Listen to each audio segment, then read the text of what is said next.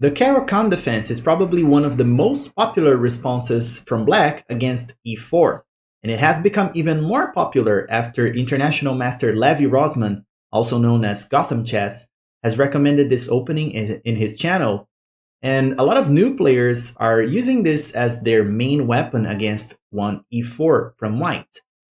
And today I'm going to teach you guys a very nice, simple and easy way to counter this opening, a very powerful gambit that you can use against the Caro Kann to completely demolish this opening.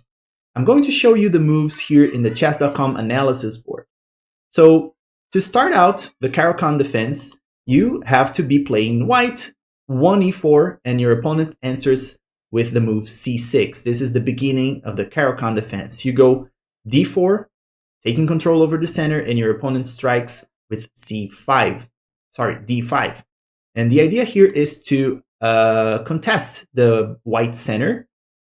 And if white takes here, which is the exchange variation, black's simply going to recapture, and we have a very drawish game.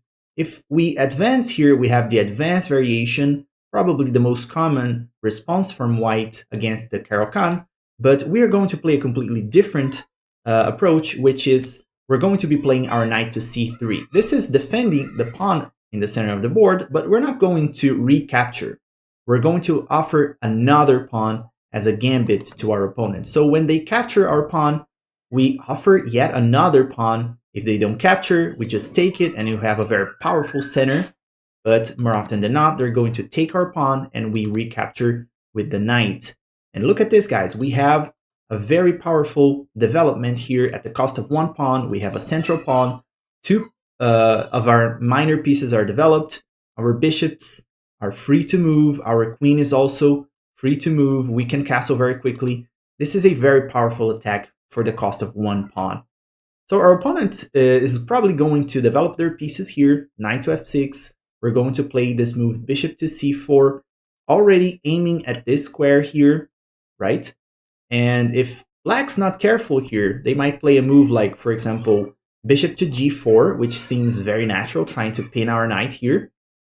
But here, this is the start of this very interesting sacrifice line. We're going to play bishop takes f7 with check. So our opponent has to take this bishop with the king, and we deliver this very interesting fork here. Okay, we're forking the king and the bishop so we can recapture the bishop, and we win back the pawn that we gambited at the beginning of this line. So now if black captures the knight, we recapture with the queen. If they try to develop a piece like the knight, we also develop our piece here. We can trade some pieces, castle, and we have a very strong attack against black's position here. We have our rooks very open. The rooks are quite passive here. We have our queen and our knight, a central pawn. We have a great position against black here. And of course, if we go back in this position, instead of playing the bishop here, let's say black goes the pawn here. This move is already something that, let me play this move here, is blocking the bishop here, right? This is a move that already puts black in a worse position by blocking their own bishop. Okay, so here we're going to develop our bishop by pinning this knight here.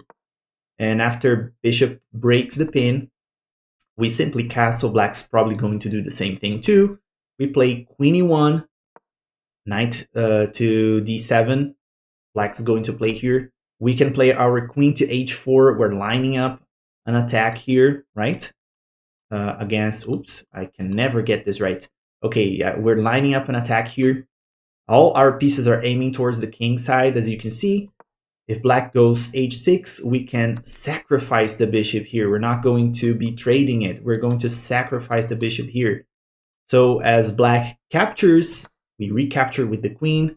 And look at this, guys. We have already a very strong attack. We can make this rook lift very quickly here. We can already try to bring our bishop to the game. The knight can jump really quickly. All our pieces are aiming towards the king here. The king is extremely open. There are no pawns defending. So it's a fair trade here. This position is actually quite good for white here, according to the engine. And if black tries to protect against our attack, we can simply bring more pieces to this attack. Look at this, guys. This is extremely powerful. We can bring more pieces to the game here. We can try to bring the knights to the attack. We can make what we call a rook lift and bring the rooks to the game. This is a very powerful attack against black's position here. So if you think this is a great opening for you to play, this gambit looks like a Black Mardimir gambit as well. It's a very powerful gambit line that we can use against the Caro Kann. If you like this, please consider liking this video, subscribe to the channel, leave a comment below. And as always, guys, I see you guys in the next video.